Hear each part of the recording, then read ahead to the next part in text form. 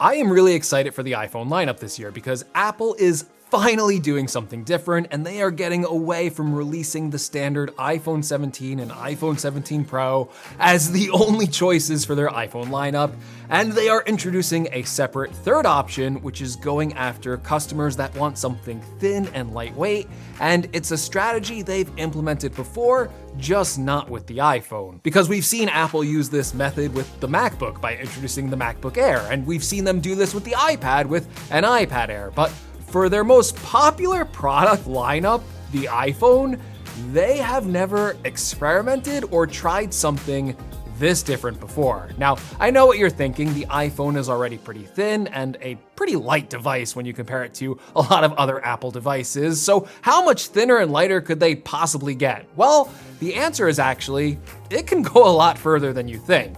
So I want to go over everything we know about the iPhone 17 Air, the design, the price, and yes, even some compromises Apple will have to introduce to make this phone work, and why right now I plan on buying the iPhone 17 Air as my next phone.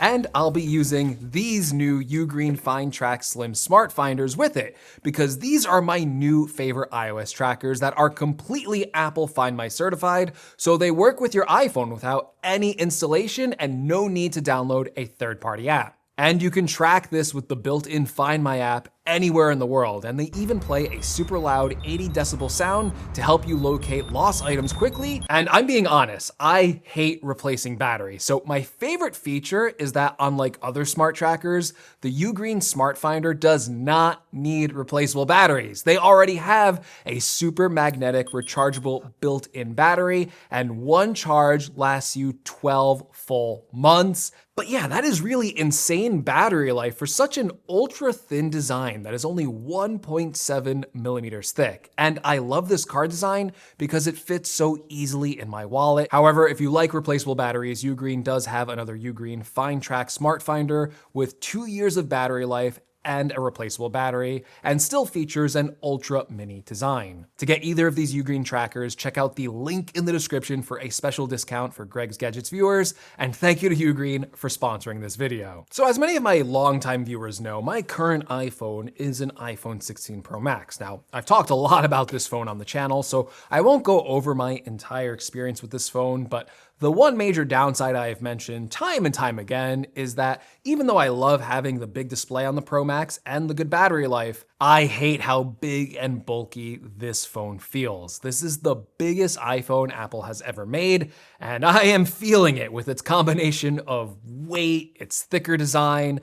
Like, the size has just made me regret picking this larger device this year. But when I look at the iPhone 17 Air, it will probably solve a lot of the issues I have with this phone. Based on the leaks and rumors, this is going to be a phone for, I guess, people like me, people that want a large display but don't necessarily want all the downsides of having a larger phone. The 17 Air on paper will have a 6.6-inch OLED display that is a little smaller than the current iPhone 16 Pro Max, but still a nicely sized display. And unlike the normal iPhone models, it won't have a lot of the display disadvantages. It is rumored to come with a full 120Hz refresh rate and an always-on display. Still, even with this in mind, I wasn't sure if the iPhone 17 Air was really going to solve all my issues of using a larger device.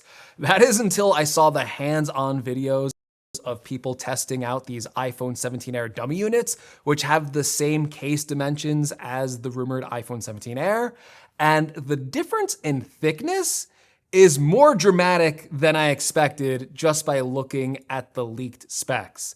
The design this year looks way ahead of the Pro models, and it's almost paper thin. Now, I know there's a large set of skeptics in the audience that say having a thin phone doesn't matter, but I disagree. Having a thinner phone, especially one with a large display, would result in a phone that is much easier to handle. I mean, think about it. You have to wrap your hand around the phone, and the difference in thickness means that your hand would be able to easier wrap around the phone, and then your fingers would be able to reach different sections of the phone without it feeling very unwieldy. So even if it was like a similar size to the Pro Max, making it that much thinner means it's going to be easier to handle and easier to slide in and out of your pants pocket, which is very important to me. And those are real-world complaints that I have mentioned with my 16 Pro Max. On top of that, this phone is also going to be pretty lightweight for its size. It's going to be just 145 grams.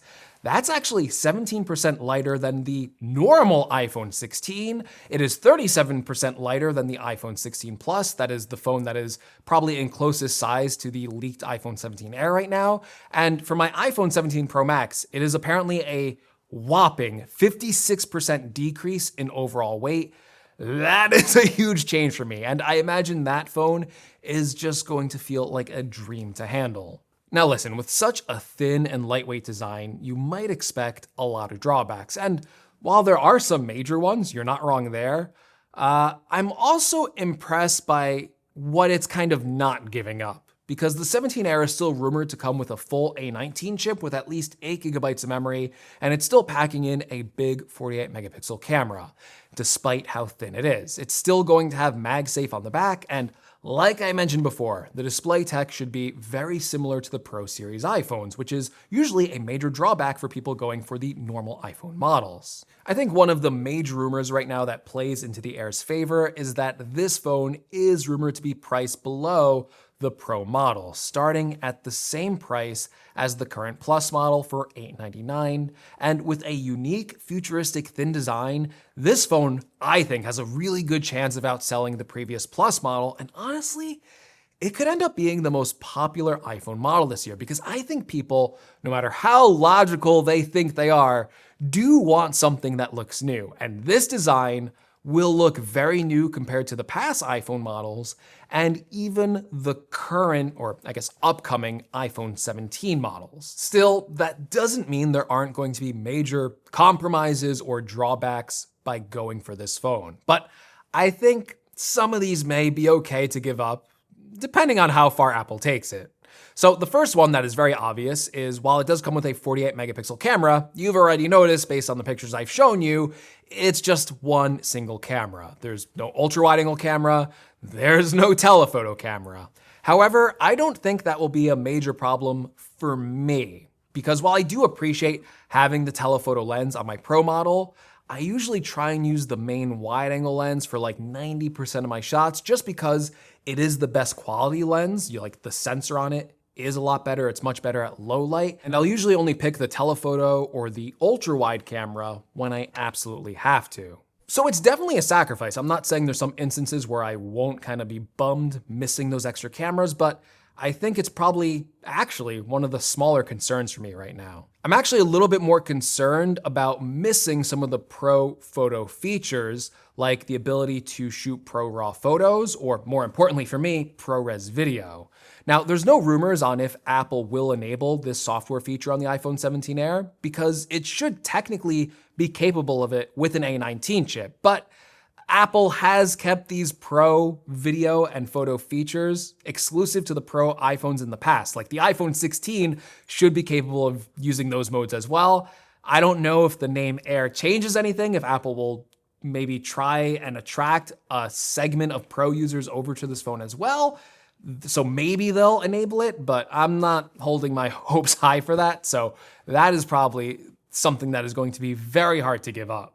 Now, another compromise by going for a thinner phone is going to be speaker quality, and this is something I might be taking for granted on my current iPhone because the speakers on the iPhone 16 Pro Max are amazing. But with such a thin design on the Air, Apple apparently is going to have to get rid of the bottom speaker, which is kind of crazy. Like, Apple will be diverting all of the sound to the earpiece speaker. Apparently they're going to enhance it a little bit, but I just feel like that's going to sound awful. I don't think that's going to end up sounding good. But I mainly listen to phone audio through my AirPods, so it'll be a drawback for sure, but hopefully one I don't miss out on too much. Then, of course, the biggest compromise to all of this is gonna be battery life. It is the #1 worry for me as someone interested in the iPhone 17 Air model. The battery life just may not be that great. Despite it being a larger size phone, it's just going to be so thin that Apple will have to put a smaller battery in there, especially if they are not changing the battery tech in any significant or meaningful way. That means battery life on the Air will probably be the worst out of any of the new iPhone 17s. But my hope is that Apple will be able to manage this somehow, either with their C1 modem, which they did put in the new iPhone 16e, and that helped with battery life a lot for that model. It actually ended up having more battery life than a normal iPhone 16. And maybe the new A19 chip will offer even more efficiency, so while technically maybe the regular iPhone 17 and the 17 Pro are going to gain battery life, maybe with the C1 chip and the new A19 chip, maybe the offset to the Air won't be that much. Like, I'm not saying it's gonna be great battery life, but maybe it'll be better than we think, which is a good thing. So while I do plan to buy the iPhone 17 Air, and I do plan on making it my next iPhone based on the information I have available to me right now, this battery life thing, out of all compromises, could probably be the deal breaker that may have me picking an iPhone 17 Pro instead. Not the Pro Max, but just a regular 17 Pro. Still, I am really excited to see Apple try something new here, and while many of you are going to mock Apple as just trying to make the most bendable phone ever, I think pushing the edge of design, pushing past the physics, making a tech device almost feel like it shouldn't be possible to make is something I've always appreciated about past Apple design. And if I'm being completely honest, Apple has really gone away from pushing design boundaries in recent years. They have been playing it awfully safe. So this is a break from that, and if this phone is successful, it means Apple will take more risks, and we'll see a lot more exciting product designs come out of Apple because of it. So for me, the iPhone 17 Air is my next iPhone. At least I think so. But what do you think about the iPhone 17 Air? Are you excited for a super slim iPhone coming back into style, or is this iPhone just too compromised for you to consider? As always, if you like the video, please leave me a like. If you want to see more, like to see if I'm right about the iPhone 17 Air, to see if I actually like it, make sure you subscribe to the channel to catch that video when it's released, and I'll catch you in the next one, which will probably be a lot sooner than that video because that's still September. We still got a pretty long time to wait. I'll see you for WWDC in June. Oh yeah. A lot of stuff coming up soon. Get subscribed.